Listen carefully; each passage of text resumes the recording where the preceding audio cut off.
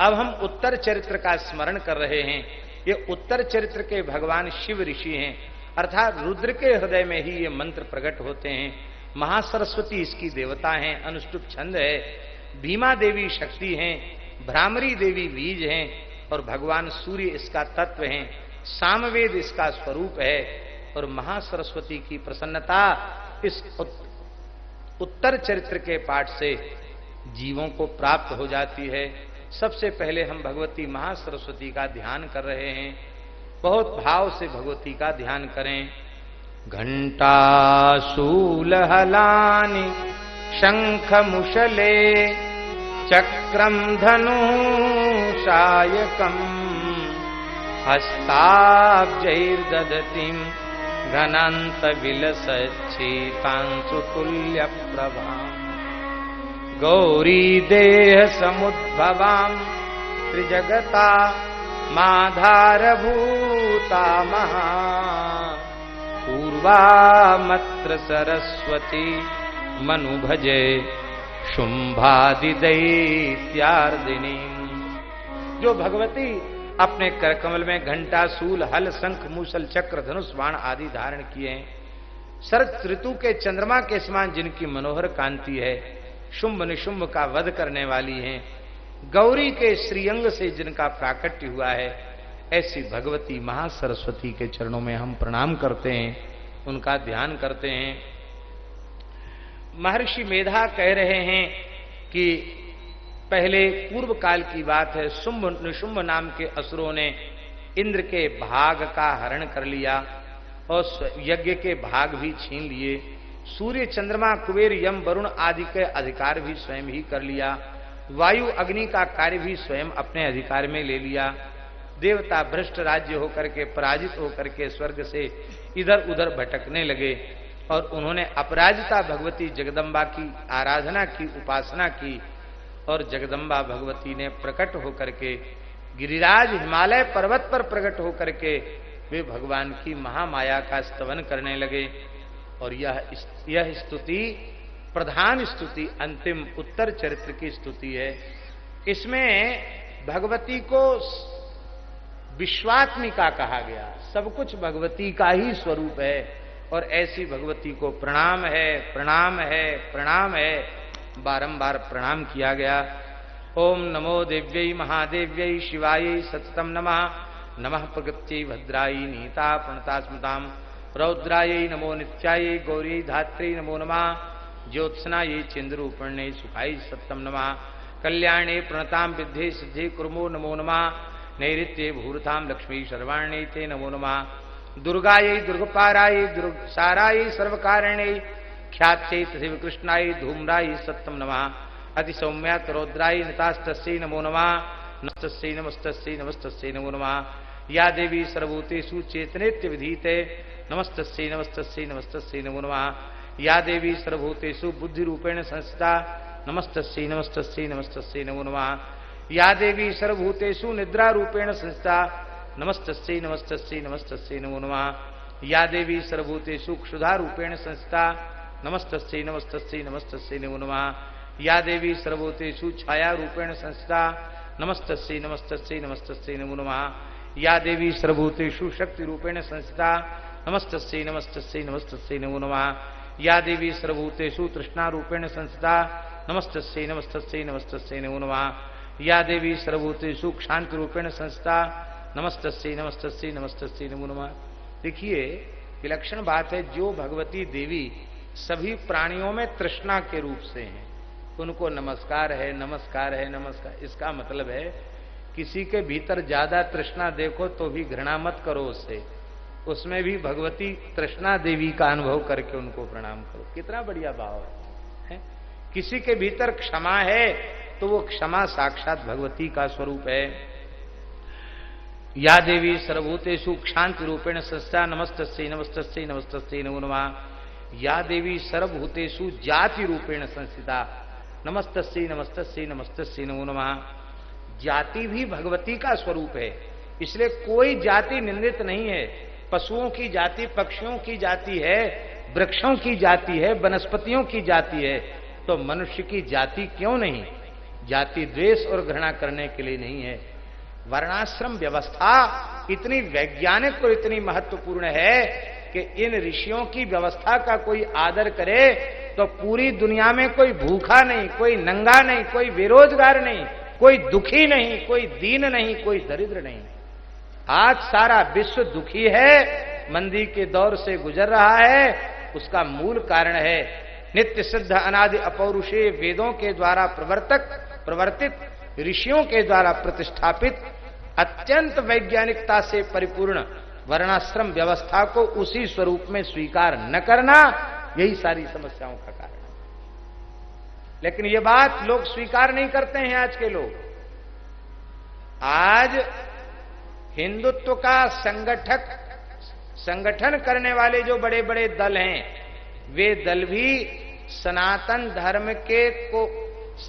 धर्म की विचारधारा के अनुरूप संपूर्ण सनातन समाज को एक सूत्र में बांधने की विचारधारा को स्वीकार नहीं कर पा रहे। और हम ये बात इस मंच पर बैठ करके, भगवती की चरण सन्निधि में बैठ करके ये बात कह रहे हैं, जब तक प्राचीन आर्ष वैदिक वर्णाश्रम व्यवस्था को यथावत स्वरूप में स्वीकार नहीं किया जाएगा, तब तक समाज संगठित नहीं होगा, नहीं होगा, नहीं होगा।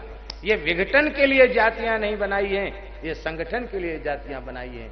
ये घृणा और द्वेष के लिए नहीं बनाई हैं, ये कार्य के व्यवस्थापन की दृष्टि से ये वर्ण व्यवस्थाओं का निर्माण हुआ है। तो जाति के रूप में भगवती सब में विराजमान है। किसी भी जाति में भगवती विराजमान है महाराज जी। इसलिए नवदुर्गा में जब कन्याओं का अर्चन होता है, कन्यात्व जिसमें हो उसी का अर्चन कन्या के रूप में होना चाहिए। 9-10 वर्ष के बाद आयु की कन्या का फिर पूजन है, ठीक है। बाकी कन्या रूप में अर्चन 5 वर्ष से लेकर 8 वर्ष 9 वर्ष तक की आयु की कन्याओं का ही अर्चन पूजन करना चाहिए। तो महाराज जी पुराणों में लिखा है कि धर्म लाभ की कामना हो और मोक्ष लाभ की कामना हो तो पवित्र वेदज्ञ ब्राह्मणों की कन्याओं का पूजन करके, उनको भोजन करा के, दक्षिणा वस्त्र आदि दे करके उनका पूजन करे तो धर्म लाभ और मोक्ष लाभ प्राप्त होता है।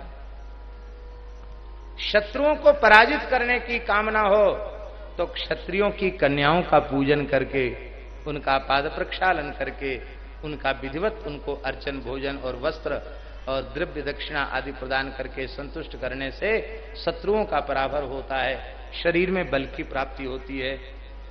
व्यापार में बहुत नुकसान हो रहा हो, घाटा ही घाटा जा रहा हो, कर्ज बढ़ता चला जा रहा हो, तो वैश्य कुल की कन्याओं का पूजन करने से, उनका अर्चन करने से धनागम होने लग जाता है और ऋण समाप्त हो जाता है। और चाहे जितना भयंकर रोग हो, बीमारी जा नहीं रही हो, बहुत कष्ट हो रहा हो, आयु की वृद्धि के लिए और आरोग्य की प्राप्ति के लिए चतुर्थ वर्ण की कन्याओं का भी पूजन और उनका सम्मान होता है। इसलिए या देवी सर्वभूतेषु जाति रूपेण संस्थिता, ब्राह्मण से लेकर चांडाल तक जाति रूप में भगवती विराजमान है। इसलिए भगवती का अर्चन किया जाता है। बोलो भगवती जगदम्बा माता की। जाति शब्द का अर्थ क्या है? संस्कृत भाषा के अनुसार जाति शब्द का अर्थ है जन्म नैव या प्राप्यते सा जाति, जो जन्म से ही प्राप्त हो जाती है उसका नाम जाति है। इसलिए हमारे सनातन धर्म की मान्यता के अनुसार जाति का निर्धारण जन्म से होता है। या देवी सर्वभूतेषु लज्जा रूपेण संस्थिता, नमस्तस्यै नमस्तस्यै नमस्तस्यै नमो नमः। या देवी सर्वभूतेषु शांति रूपेण संस्थिता, नमस्तस्यै नमस्तस्यै नमस्तस्यै नमो नमः। या देवी सर्वभूतेषु श्रद्धा रूपेण संस्थिता, नमस्तस्यै नमस्तस्यै नमस्तस्यै नमो नमः। या देवी सर्वभूतेषु कांति रूपेण संस्थिता, नमस्तस्यै नमस्तस्यै नमस्तस्यै नमो नमः। या देवी सर्वभूतेषु लक्ष्मी रूपेण संस्थिता, नमस्तस्यै नमस्तस्यै नमस्तस्यै नमो नमः। या देवी सर्वभूतेषु वृत्ति रूपेण संस्थिता, वृत्ति माने रोजी रोटी, ये रोजी रोटी भी भगवती का ही स्वरूप है। नमस्तस्यै नमस्तस्यै नमस्तस्यै नमो नमः। या देवी सर्वभूतेषु स्मृति रूपेण संस्थिता, नमस्तस्यै नमस्तस्यै नमस्तस्यै नमो नमः। इसलिए हम निवेदन कर रहे हैं ये भगवती ही सबकी रोजी रोटी है। ब्राह्मणों को अपने घर में रोज ग्रंथों का पूजन करना चाहिए, क्योंकि ग्रंथ उनकी रोजी रोटी है। ग्रंथों को नीचे न रखे, ग्रंथों का बहुत आदर करे। ग्रंथ भगवत स्वरूप हैं ऐसा माने। रोज भागवत, वाल्मीकि और अपने जो मुख्य मुख्य ग्रंथ हैं उनको भी पूजा गृह में विराजमान करके उन पर भी गंधाक्षत पुष्प अर्पित करना चाहिए, क्योंकि हम लोगों की वो वृत्ति है। शास्त्र ही तो हमारा धन है और हमारे पास है क्या? ग्रंथ ही हमारे सर्वस्व हैं। इसी प्रकार से क्षत्रियों को अस्त्र शस्त्रों की पूजा करनी चाहिए और इसी प्रकार से वैश्यों को अपनी गद्दी की, खाता बही आदि की पूजा करनी चाहिए। और ऐसे ही चतुर्थ वर्ण के लोगों को अपनी कन्नी और अपने जो भी यंत्र आदि उपकरण हैं उनकी पूजा करनी, क्योंकि वो वृत्ति है उनकी। इस वृत्ति को हम नमस्कार वृत्ति रूप से भगवती को प्रणाम करते हैं। या देवी सर्वभूतेषु दया रूपेण संस्थिता नमस्तस्यै नमस्तस्यै नमस्तस्यै नमो नमः। या देवी सर्वभूतेषु तुष्टि रूपेण संस्थिता नमस्तस्यै नमस्तस्यै नमस्तस्यै नमो नमः। जो भगवती देवी संतोष के रूप से विराजमान है उनके चरणों में हम प्रणाम करते हैं। ये संतोष भी भगवती का ही स्वरूप है और इस संतोष देवी को ही लोग संतोषी माता कहते हैं। बहुत से लोग कहते हैं संतोषी माता किसी पुराण में नहीं है, कहां से आई? हमको यह समर्थन नहीं कर रहे हैं कि जो संतोषी माता है वो अमुक पुराण में है, ये हम नहीं कह रहे हैं, क्योंकि उसकी जो प्रचलित कथा है वो किसी पुराण में उपलब्ध होती नहीं है। बाकी ये जरूर है कि वह भी भगवती की का स्वरूप है, क्योंकि या देवी सर्वभूतेषु तुष्टि रूपेण संस्थिता। तुष्टि माने संतोष, जो सभी प्राणियों में संतोष के रूप से है, उस भगवती को प्रणाम है। या देवी सर्वभूतेषु मातृ रूपेण संस्थिता नमस्तस्यै नमस्तस्यै नमस्तस्यै नमो नमः। महाराज जी ब्रह्म भी इन्हीं का स्वरूप है। या देवी सर्वभूतेषु भ्रांति रूपेण संस्थिता नमस्तस्यै नमस्तस्यै नमस्तस्यै नमो नमः। इंद्रियाणाम अधिष्ठात्री भूतानाम चाक्रेष्या भूतेषु सत्तम तस्य व्याप्त दैव्ये नमो नमः। जो संपूर्ण जगत चराचर में व्याप्त हैं, इंद्रियों की अधिष्ठात्री शक्ति, उनको प्रणाम है। चित्त रूपेण कृत्स्नम एतद्व्याप्त जगत नमस्तस्यै नमस्तस्यै नमस्तस्यै नमो नमः।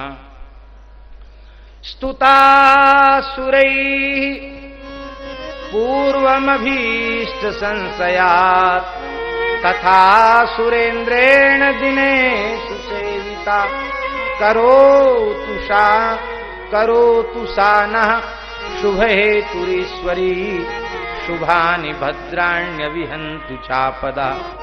या साम्प्रतं चौद्धत दैत्यतापितै रश्माभिरीशा च सुरैर्नमस्यते।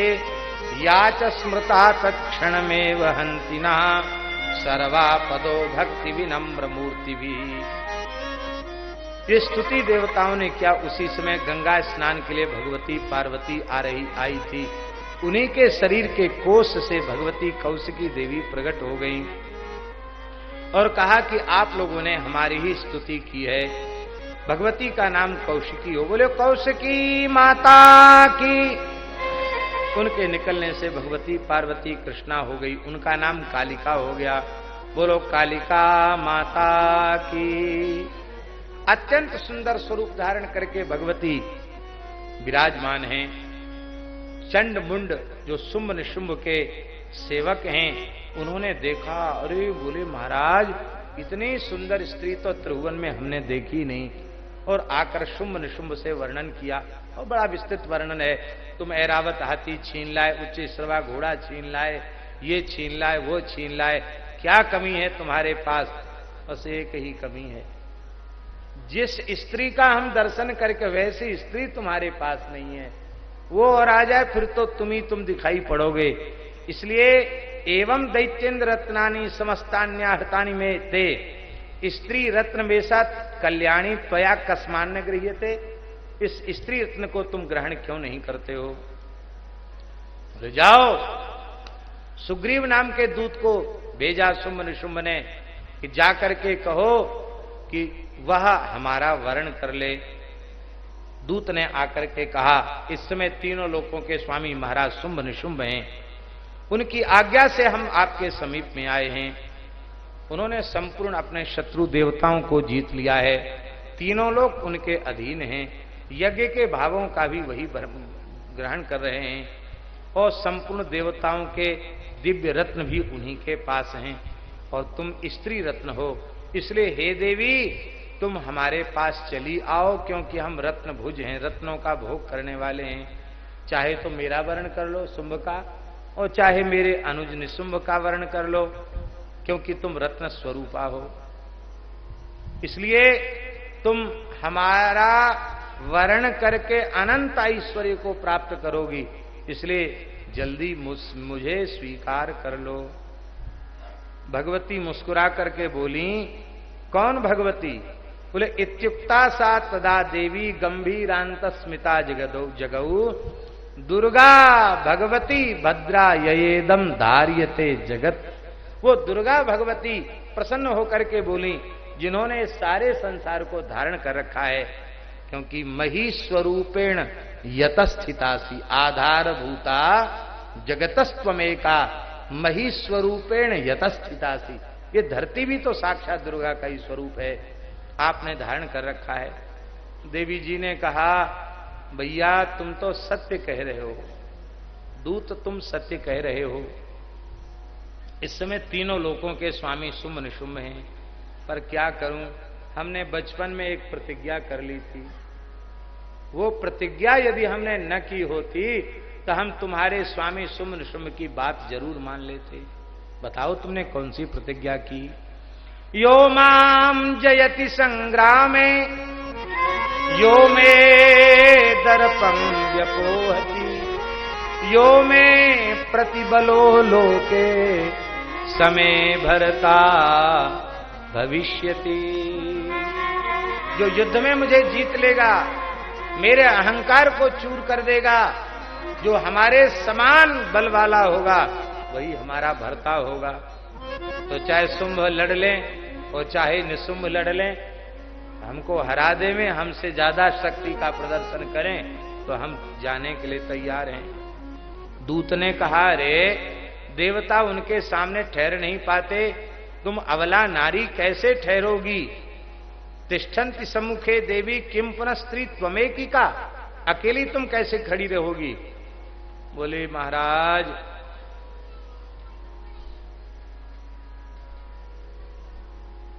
तुम्हें इसकी चिंता करने की आवश्यकता नहीं है, तुम तो जाओ, कह दो, हमारी प्रतिज्ञा सुना दो।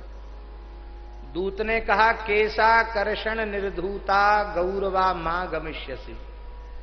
अब आएंगे केस पकड़ के घसीट के ले जाएंगे तो तुम्हारी क्या इज्जत रह जाएगी, इसलिए कम से कम इज्जत तो रखो अपनी, चलो हमारे संग। बोली नहीं,